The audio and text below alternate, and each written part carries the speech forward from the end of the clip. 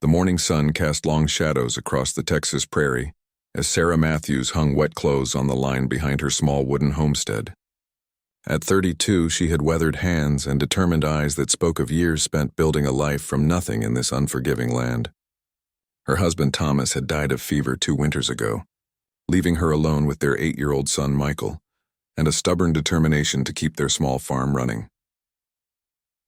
The year was 1847, and tensions between settlers and the Comanche tribes ran high across this part of Texas. Most neighbors had warned Sarah to move closer to town after Thomas passed, but she refused to abandon the land they had fought so hard to claim. She knew how to handle a rifle, could birth a calf, and had learned to read the signs of changing weather better than most men in the territory. As she pinned Michael's small shirts to the line, the sound of splashing water caught her attention. Their property bordered a small creek that wound through a grove of cottonwood trees, and the recent spring rains had swollen it beyond its usual banks. The splashing didn't sound like the normal flow of water over rocks. It was more frantic, desperate. Sarah dropped the wet shirt she was holding and walked toward the sound. Her bare feet moved carefully through the tall grass, avoiding the thorny mesquite bushes that dotted their land. The closer she got to the creek, the more urgent the splashing became. Mixed with it now was something that made her heart race, the sound of someone calling out in a language she didn't understand. When she pushed through the final row of bushes and reached the creek bank, what she saw made her gasp. About 20 feet from shore, where the creek had carved out a deep bend over the years, a young boy was trapped in what looked like quicksand. The spring floods had deposited layers of fine silt in this spot, creating a treacherous bog that had caught the child like a trap. The boy couldn't have been more than 10 years old.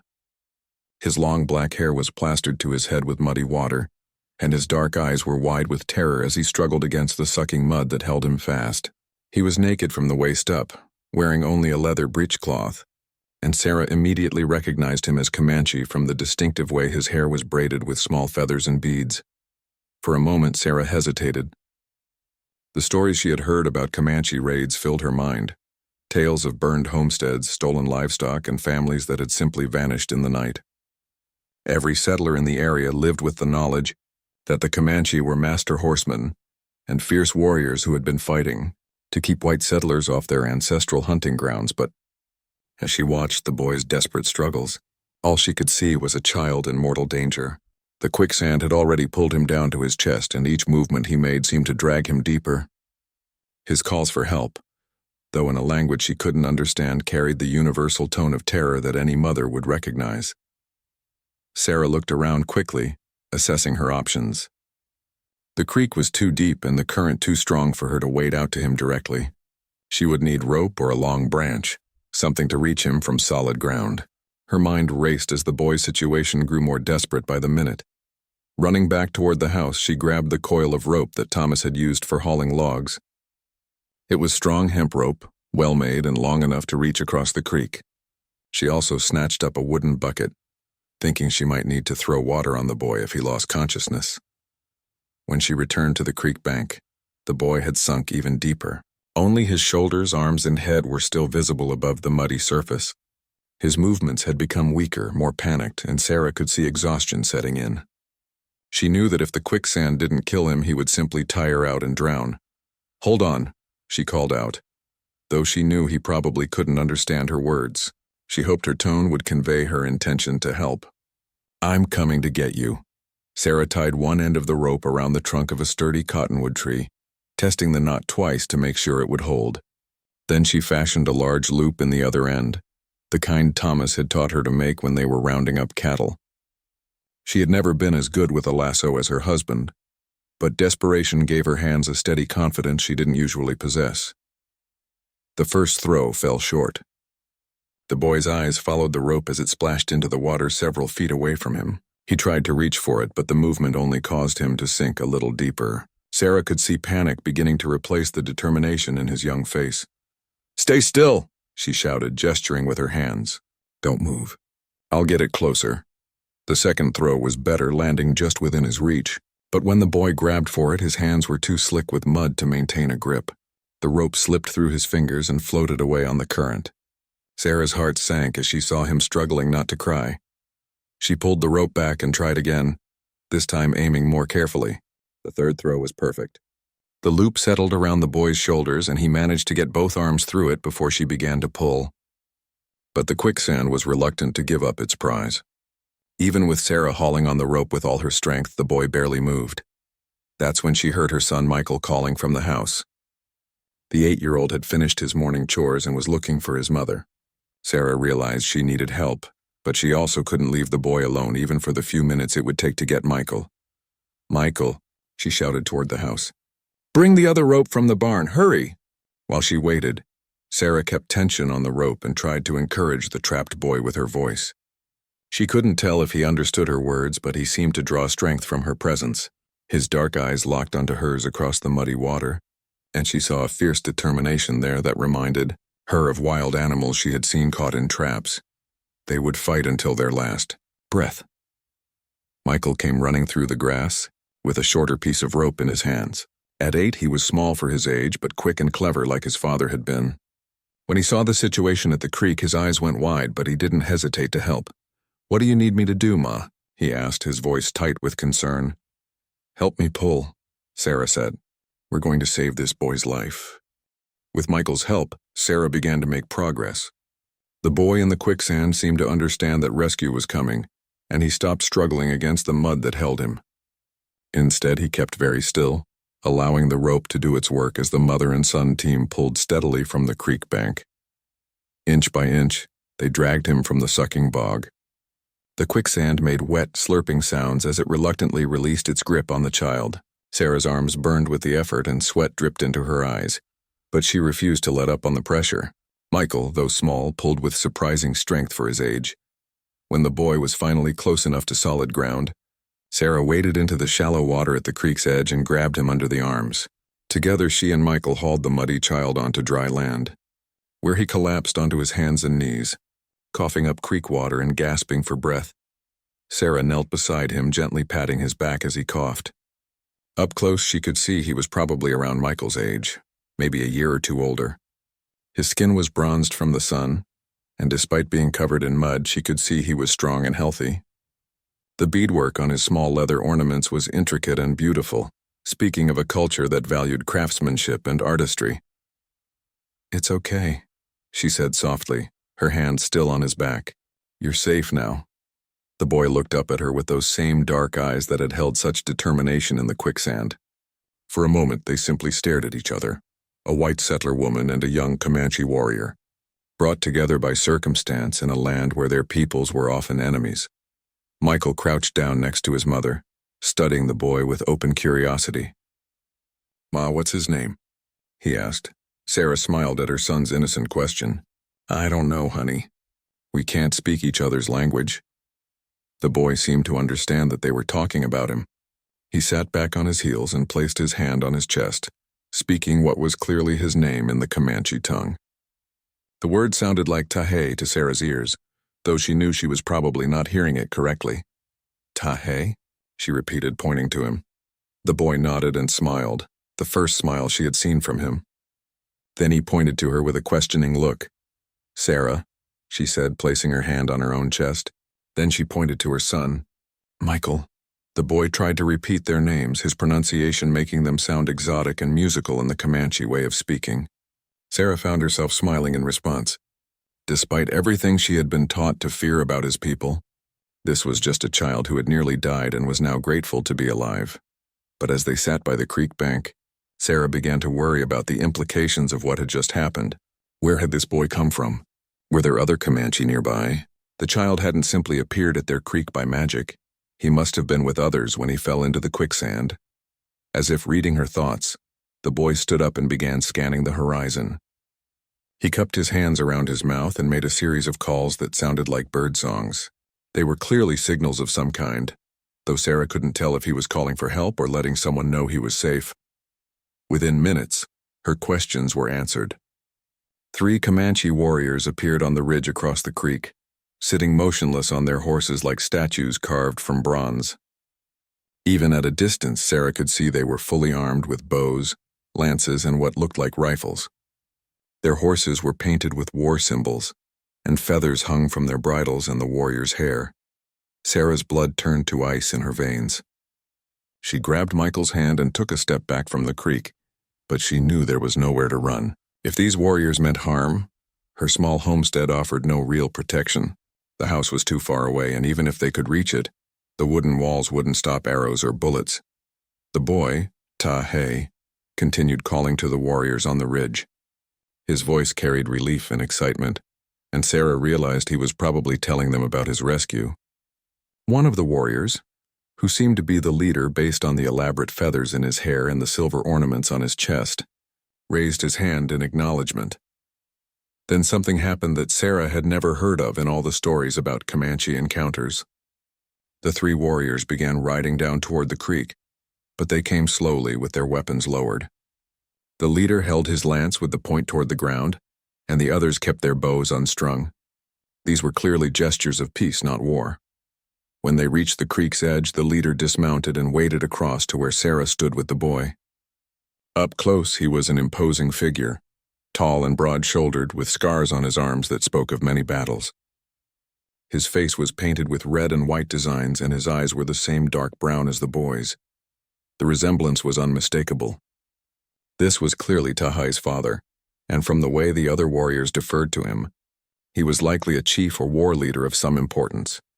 The man knelt down and embraced his son, speaking rapidly in Comanche while running his hands over the boy's body to check for injuries. Sarah could hear the relief in his voice, the same tone any parent would use when finding their child safe after a scare.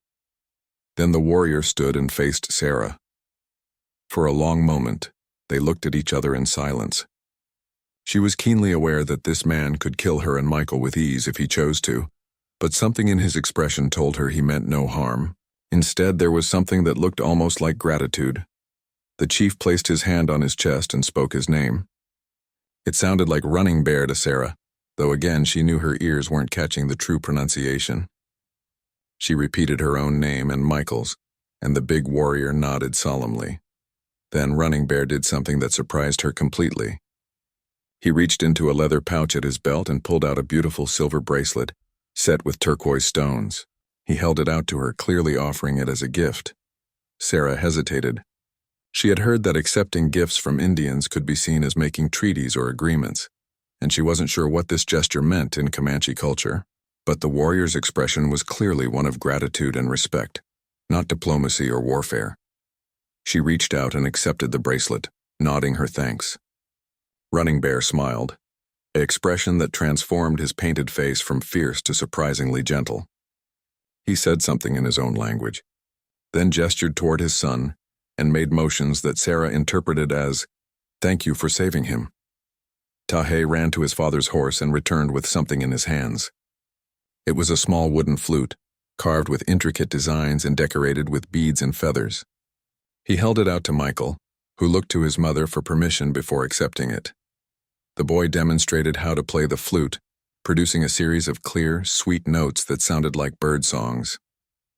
Michael tried it himself and managed to make a few squeaky sounds that made both boys laugh. Despite the language barrier and the cultural divide, they were just children finding common ground in play. But Sarah knew this peaceful moment couldn't last forever.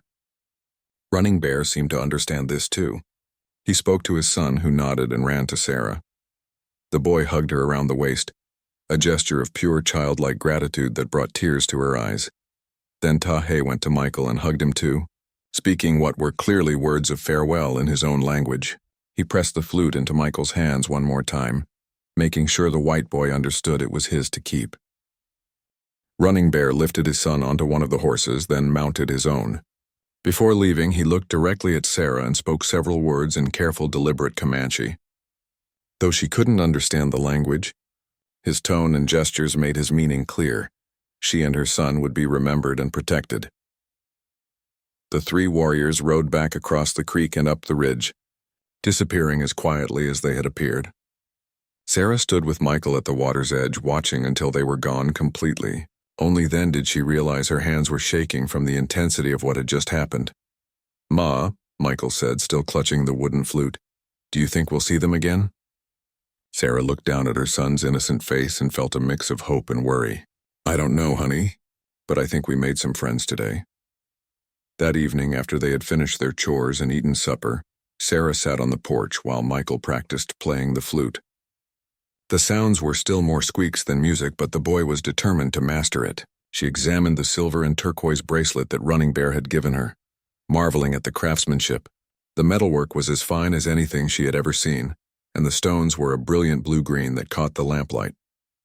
Over the next few days, life returned to normal on their small homestead. Sarah tended her garden and her few cattle, while Michael helped with chores and continued practicing on his flute. Neither of them spoke much about their encounter with the Comanche, but Sarah noticed her son looking toward the ridge more often than usual, as if hoping to see horses and riders appear again. A week passed peacefully. Then another. Sarah began to wonder if the whole incident had been a one-time event that would fade into memory. She had heard no reports of Indian activity in the area, and their neighbors continued their normal routines of farming, ranching, and trading. But on a warm morning in early summer, as Sarah was milking their cow behind the barn, she noticed something unusual. The birds had gone quiet, not the sudden silence that came with a hawk overhead, but a gradual decrease in their morning songs. She had learned to pay attention to such signs during her years on the frontier, and this felt like the kind of stillness that preceded something significant. Standing up from her milking stool, Sarah shaded her eyes and scanned the horizon. At first she saw nothing unusual, just the rolling prairie grass and scattered mesquite trees. But then movement caught her eye on the same ridge where the Comanche warriors had first appeared. This time it wasn't 3 riders. It was closer to 30. Sarah's heart began to race as she counted the figures on horseback lined up along the ridge. They were too far away for her to make out details, but their stillness and the way they were arranged suggested this was not a casual hunting party. This looked like a war band. She called for Michael, trying to keep her voice calm so as not to alarm him. When he came running from the garden where he had been pulling weeds, she pointed toward the ridge. "Do you see them?" she asked. Michael squinted in the bright sunlight, then his eyes widened. "Are those more Indians, Ma?" "I think so," Sarah said. "I want you to go inside and get the rifle from over the mantel. Don't load it, just bring it to me." As Michael ran toward the house, Sarah continued watching the riders on the ridge. They weren't moving, just sitting there like they were waiting for something. She wondered if this was connected to her encounter with Tahe and Running Bear. Had she somehow violated some tribal custom by saving the boy? Were they here for revenge despite the apparent gratitude the father had shown? Michael returned with the rifle, and Sarah checked to make sure it was loaded properly. She had become a decent shot during her years alone on the homestead, but she knew that one rifle would be useless against 30 warriors if they decided to attack. "What are they waiting for?" Michael whispered, staying close to his mother's side. "I don't know," Sarah admitted. "Maybe they're just watching." As if in response to her words, 2 riders separated from the group on the ridge and began riding down toward their homestead. Sarah raised the rifle, not aiming it but holding it ready. As the riders came closer, she felt a wave of relief wash over her. One of the approaching figures was Running Bear, recognizable by his distinctive feathered headdress and the silver ornaments that glinted in the sunlight. The other rider was Tahe himself, sitting proudly on a spotted pony that was clearly his own. The boy had grown in the weeks since their first meeting. His hair was longer and he carried himself with more confidence. He was no longer the frightened child trapped in quicksand, but a young warrior learning to ride with his father. When they reached the area near Sarah's porch, both Comanche dismounted. Running Bear approached slowly, his hands clearly visible and carrying no weapons. Tahe stayed by the horses but smiled and waved at Michael, who waved back enthusiastically. Running Bear spoke to Sarah in his own language, but his tone was respectful and friendly. When she shrugged to indicate she didn't understand, he pointed toward the ridge where the other warriors waited, then gestured toward her house, and finally placed his hand over his heart. Sarah thought she understood his meaning, but she wasn't sure. It seemed like he was trying to tell her something about the other warriors and her safety. She wished desperately that she could speak even a few words of Comanche, or that he knew some English. Then Tahe said something to his father and ran over to where Sarah and Michael stood. He picked up a stick from the ground and began drawing in the dirt, creating simple pictures to communicate what words could not. First, he drew a rough sketch of a house, clearly meant to represent Sarah's homestead. Then he drew stick figures of a woman and a child next to it. Next, he drew many stick figures on horses arranged in a line. representing the warriors on the ridge. Finally, and this was the part that made Sarah's breath catch, Tahe drew arrows pointing away from the house figures. But these weren't arrows of attack. They were protective barriers, like a shield around the house and its occupants. Running Bear nodded approvingly at his son's artwork and spoke to Sarah again, pointing from the drawings to the real ridge, then to her and Michael. His meaning was becoming clear. The 30 warriors on the ridge weren't there to threaten them. They were there to protect them. But protect them from what? As if answering her unspoken question, Tahe began drawing more figures in the dirt. These were different from the Comanche warriors. They had wide-brimmed hats and what looked like guns. He made angry gestures as he drew them, and Sarah realized he was depicting white men, probably soldiers or armed settlers. Running Bear spoke again, and though Sarah couldn't understand his words, his tone conveyed urgency and concern. He pointed toward the east where the nearest town lay about 2 days' ride away. Then he held up fingers, first 5, then 5 again. 10 of something. The picture was becoming clearer and it filled Sarah with dread. There were armed white men coming from the direction of town, maybe 10 of them, and the Comanche had somehow learned of it. The warriors on the ridge weren't there to threaten her homestead. They were there to defend it. But why would Comanche warriors risk their lives to protect a white settler family? The answer came to her as she looked at Tahe's earnest young face and remembered the gratitude in Running Bear's eyes when she had pulled his son from the quicksand. In their culture, apparently a life debt was a serious thing. By saving Tahe, she had created a bond that extended beyond the normal hostility between their peoples. Running Bear felt honor-bound to protect her and Michael in return. The question now was whether she should accept that protection and what it might cost both families if she did. Sarah looked from the drawings in the dirt to Running Bear's serious face, trying to understand the full situation. If armed white men were coming and they found Comanche warriors protecting her homestead, it would likely end in bloodshed. She had heard enough stories about conflicts between settlers and Indians to know that misunderstandings often led to violence that spiraled out of control. But she also knew that if dangerous men were heading toward her isolated homestead, she and Michael would have little chance of defending themselves alone.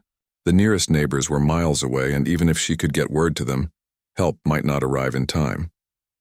Running Bear seemed to sense her internal struggle. He knelt down and smoothed out a section of dirt, then began his own drawing. His artistry was better than his son's, and his pictures told a clearer story. He drew the same house and figures representing Sarah and Michael. Then he drew a group of men on horses approaching from one direction, and another group approaching from another direction. One group he marked with symbols that looked like army insignia. Soldiers, perhaps, or at least men claiming official authority. The other group he left unmarked, but his expression as he drew them suggested they were not good men. Raiders, maybe, or men using the chaos of frontier conflicts to cover their own criminal activities. The picture he was painting was becoming more complex and more frightening.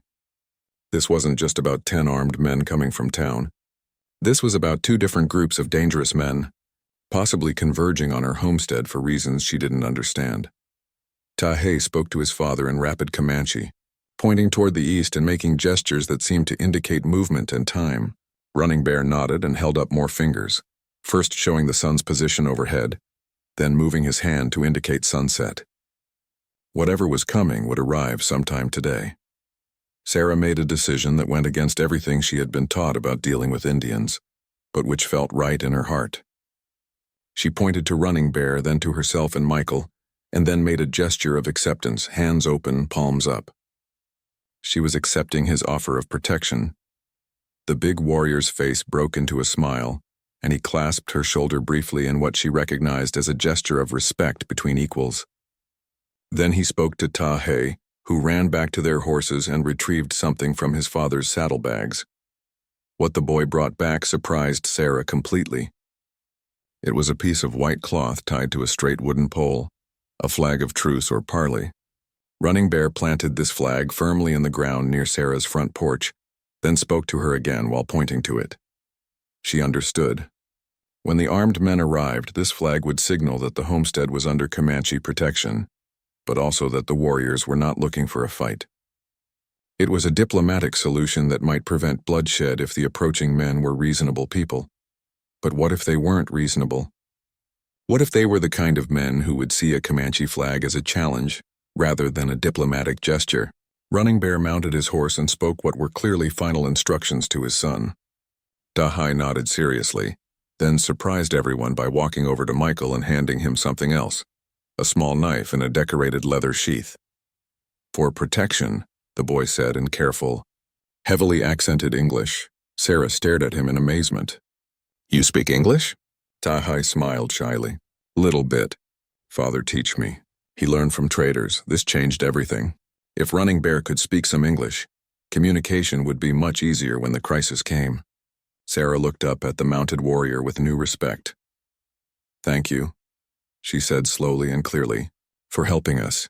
Running Bear nodded gravely. You saved my son. Now I save your family. His right way. His English was broken but understandable, and Sarah felt a wave of relief at being able to communicate directly. She had so many questions about what was coming and how they would handle it. Who are these men? She asked. Why are they coming here? Running Bear's expression darkened. Bad men. They tell soldiers you help Comanche. Soldiers come to arrest you. Bad men come to steal your land after soldiers take you away. The picture was becoming horrifyingly clear. Someone had spread word that she was collaborating with Indians, probably after seeing the peaceful encounter with Running Bear and his son. In the current climate of fear and suspicion on the frontier, such an accusation would be enough to bring military action against her homestead. But worse than that, it sounded like someone was using the accusation as cover for land grabbing. While she was being arrested or driven away by soldiers, other men would move in to claim her property. It was a scheme that combined official authority with criminal greed, and she would have no recourse against it. How do you know this? She asked. We watch, we listen. We know these bad men long time. They do this before to other families. Sarah felt sick to her stomach. She and Michael were caught in a web of corruption and violence that went far beyond the simple frontier conflicts between settlers and Indians. They were being targeted by white men who were using anti-Indian sentiment to cover their own crimes. Running Bear seemed to see the despair in her face. Do not worry. We stop them, but you must trust us. Do what I say when they come. Before she could ask more questions, he wheeled his horse around and rode back toward the ridge where the other warriors waited. Dahai lingered for a moment, speaking quietly to Michael in English. Your mother very brave, he told the 8-year-old. Like warrior woman. You be brave too, like your father. Sarah was startled that the boy knew about Thomas, but then she remembered that Comanche were expert at gathering information. They probably knew more about her family's history than most of her white neighbors did. As Dahai rode away to rejoin his father, Sarah and Michael were left alone with the white flag fluttering in the morning breeze, and 30 Comanche warriors spread along the ridge above their homestead. The sight should have been terrifying, but instead Sarah found it oddly comforting. For the first time since Thomas had died, she didn't feel like she and Michael were facing the dangers of frontier life alone. But the real test was yet to come. As the sun climbed higher in the sky, she could see dust clouds rising in the distance, riders approaching from the east, just as Running Bear had predicted. The confrontation that would determine their future was about to begin. Sarah checked her rifle one more time and made sure Michael stayed close to the house. Whatever happened in the next few hours would change their lives forever, and she prayed that the unlikely alliance between a white settler family and Comanche warriors would be strong enough to survive what was coming. The dust clouds grew larger, and she could begin to make out individual riders. There were indeed about 10 men, some in military uniforms and others in civilian clothes. They rode with the purposeful urgency of men on official business, but something about their formation and behavior struck Sarah as wrong. They spread out too much, like men preparing for a fight rather than making an arrest. As they drew closer, Sarah could see that several of the civilian riders had weapons drawn already. These weren't soldiers coming to question her about possible Indian collaboration. These were armed men coming to take her land by force, using military authority as a cover for their criminal activities. The white flag by her porch fluttered in the wind, and she wondered if it would be enough to prevent the bloodshed that seemed increasingly inevitable. The approaching riders slowed when they spotted the white flag, but they didn't stop. Sarah could see them talking among themselves, pointing toward the ridge where the Comanche warriors waited in plain sight. The leader of the group appeared to be a cavalry officer, But even from a distance, she could tell he looked uncertain about the situation he was riding into. As they drew closer, Sarah counted exactly 10 men as Running Bear had predicted. 3 wore military uniforms, but the other 7 were clearly civilians dressed like cattlemen or traders. What troubled her most was that the civilians rode with their weapons already drawn, while the soldiers kept their rifles holstered. This suggested the military men weren't fully in control of the situation. The group stopped about 50 yards from Sarah's porch, just outside comfortable talking distance. The officer, a young lieutenant who looked barely older than 20, called out to her.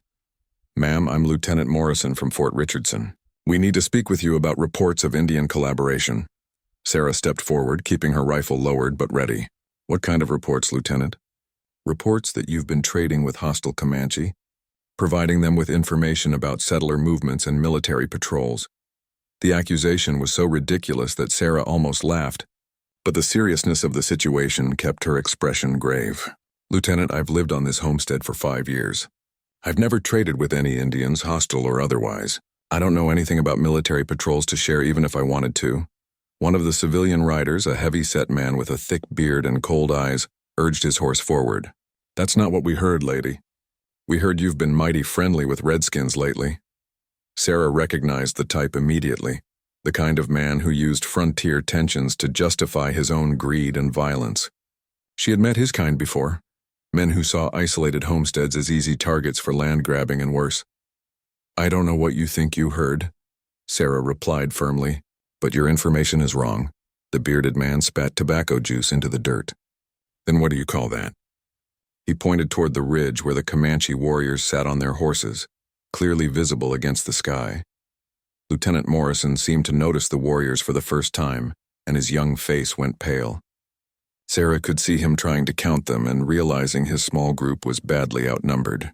This was clearly not what he had expected when he accepted this assignment. "Ma'am," the lieutenant said, his voice less certain now, "I'm going to need you to come with us for questioning, and I'm afraid we'll have to search your property for evidence of illegal trading."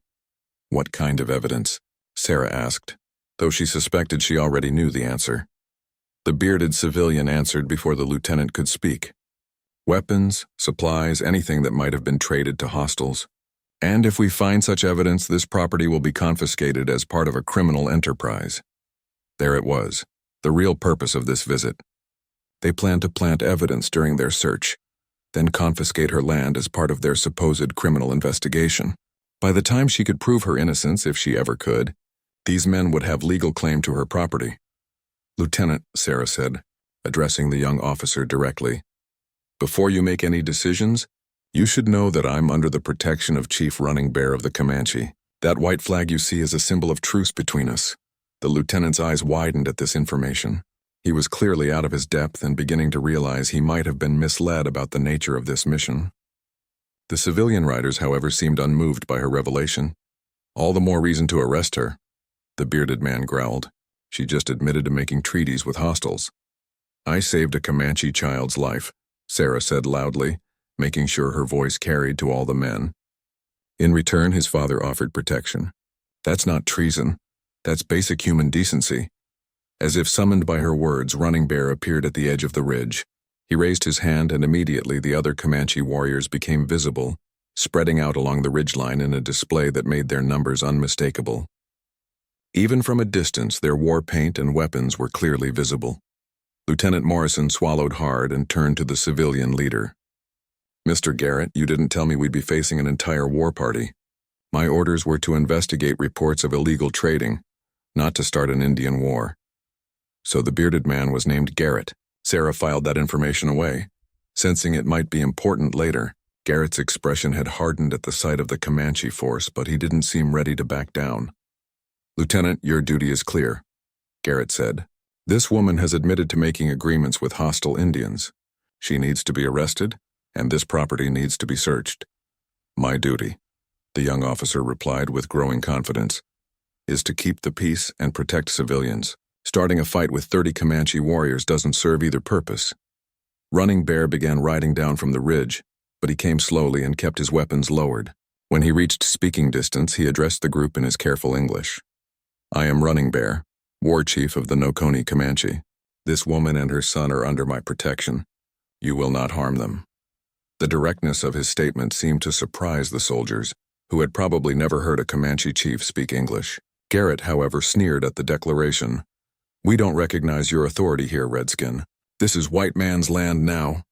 Running Bear's expression didn't change, but Sarah could see the tension in his posture. This woman saved my son's life. Honor requires that I protect her. Do you understand honor? The question hung in the air like a challenge. Lieutenant Morrison seemed to understand that they were at a crossroads where the wrong word could trigger a massacre. He dismounted and approached the Comanche chief with his hands clearly visible. Chief Running Bear, I'm Lieutenant Morrison. I came here based on reports that Mrs. Matthews was engaged in illegal activities. But I'm beginning to think those reports may have been inaccurate. The young officer was showing more wisdom than his years might suggest.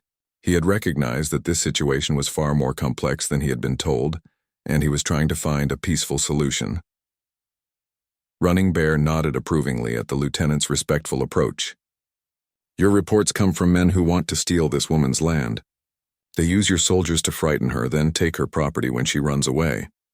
That's a serious accusation, Morrison said, glancing back at Garrett and his men. It is true accusation, Running Bear replied. We have watched these men before. They do this to other families. Always the same way.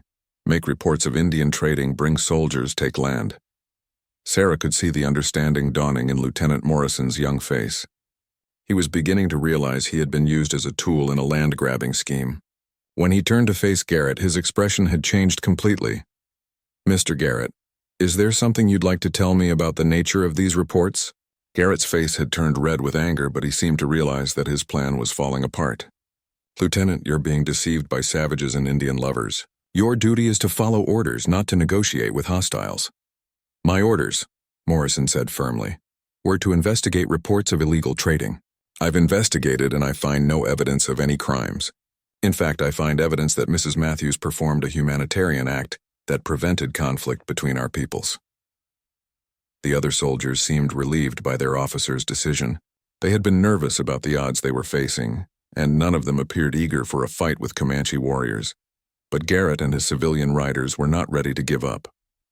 Sarah could see them exchanging glances and shifting their positions in a way that suggested they were preparing for action. These men had invested too much in their scheme to walk away empty-handed.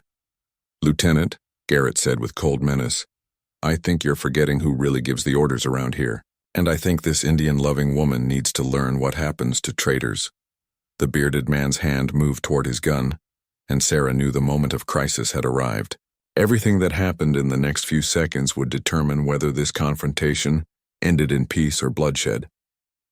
The moment Garrett's hand moved toward his weapon, several things happened at once. Running Bear gave a sharp whistle that echoed across the prairie, and immediately the Comanche warriors on the ridge began moving down toward the homestead. Lieutenant Morrison drew his own sidearm and pointed it at Garrett, recognizing the civilian as the real threat to peace. And Sarah raised her rifle, ready to defend her home and son. Nobody moves, Morrison shouted. Garrett, you and your men keep your hands away from your weapons. But Garrett was beyond listening to reason. Years of successful land grabbing had made him arrogant, and he couldn't accept that his scheme was falling apart. He drew his pistol and aimed it at Sarah, apparently believing that killing her would somehow salvage his plan. He never got the chance to fire. Running Bear's lance flew through the air with deadly accuracy, striking Garrett in the shoulder and spinning him from his saddle. The wounded man hit the ground hard, his pistol flying from his hand to land in the dirt several feet away. The other civilian riders started to draw their weapons, but found themselves facing not only the approaching Comanche warriors, but also the three soldiers, who had recognized that Garrett's men were the real criminals in this situation. Throw down your weapons, Lieutenant Morrison commanded. By the authority of the United States Army, you're all under arrest for conspiracy and attempted murder. Most of Garrett's men were bullies who had no stomach for a real fight against determined opposition. When they saw 30 Comanche warriors thundering down from the ridge with war cries echoing across the prairie, they dropped their guns and raised their hands in surrender. Only one man tried to fight. A thin, nervous-looking rider who had stayed in the back during the confrontation suddenly spurred his horse toward Michael, apparently thinking he could grab the boy as a hostage. It was a desperate move that showed how completely their plan had collapsed. The man never reached Michael. Ta-Hai, who had ridden down with his father's warriors, intercepted the would-be kidnapper with a skill that belied his young age. The Comanche boy's pony slammed into the side of the man's horse, sending both rider and mount tumbling to the ground. Before the man could recover, two of Running Bear's warriors had him pinned and disarmed. The battle, if it could be called that, was over in less than a minute. Garrett lay wounded but alive, clutching his shoulder where Running Bear's lance had struck him. His men were either captured or surrendering, and Lieutenant Morrison was in control of the situation. Sarah lowered her rifle, her hands shaking slightly from the tension and adrenaline. Michael ran to her side, still holding the wooden flute that Ta-Hai had given him. The boy had been brave throughout the crisis, staying close to the house as she had instructed, but never showing the panic that would have been understandable in a child his age. Running Bear approached Sarah, pulling his lance from Garrett's shoulder with clinical efficiency. The wounded man groaned but didn't cry out, apparently having enough pride left to endure the pain silently. "It is finished," the Comanche chief said simply. "The bad men cannot hurt you now."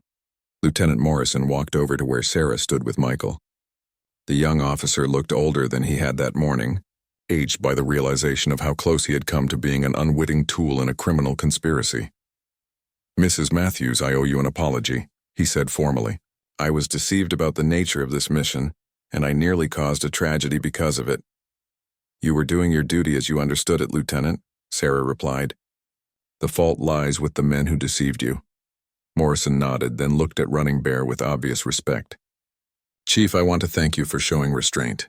A lesser man might have attacked first and asked questions later." "My son taught me wisdom," Running Bear said, glancing toward Ta-Hai, who was proudly accepting congratulations from his fellow warriors for his role in stopping the kidnapper. "He said this woman has good heart. I listened to my son."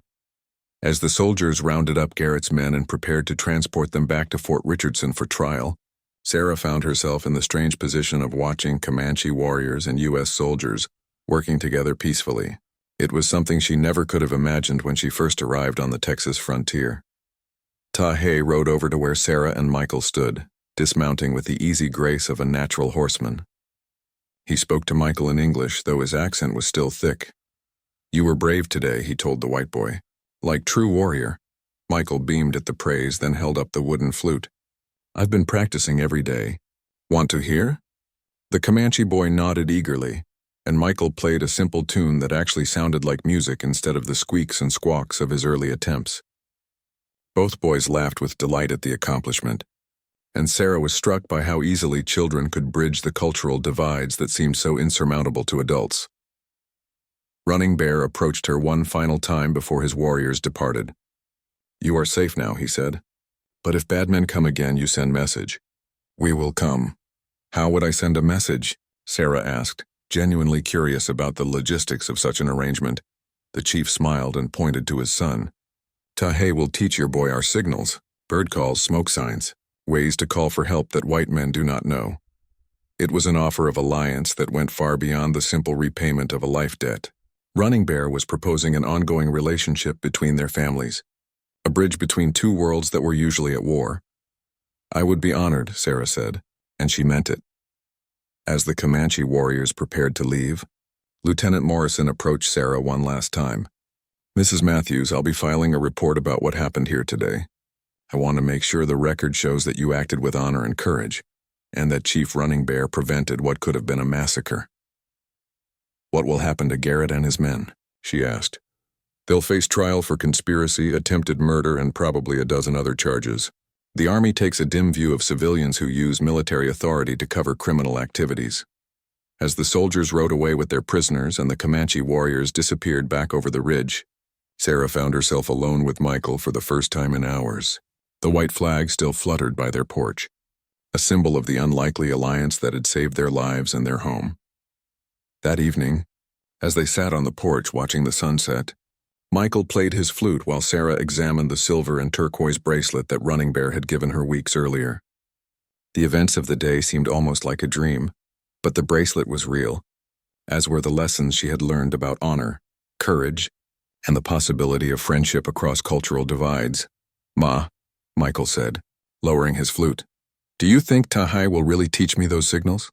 Sarah smiled at her son's eager expression. I think he will, honey. And I think we've made friends that will last a lifetime.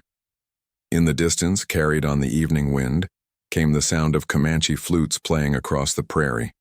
It was a sound of celebration, of warriors returning home victorious and at peace. Sarah and Michael listened to the music until it faded with the last light of day, knowing that they would never again feel alone on their small homestead. The woman who had pulled a Comanche boy from Quicksand had discovered that sometimes the greatest act of courage is simply seeing the humanity in those we're taught to fear, and sometimes that simple act of recognition can change the world.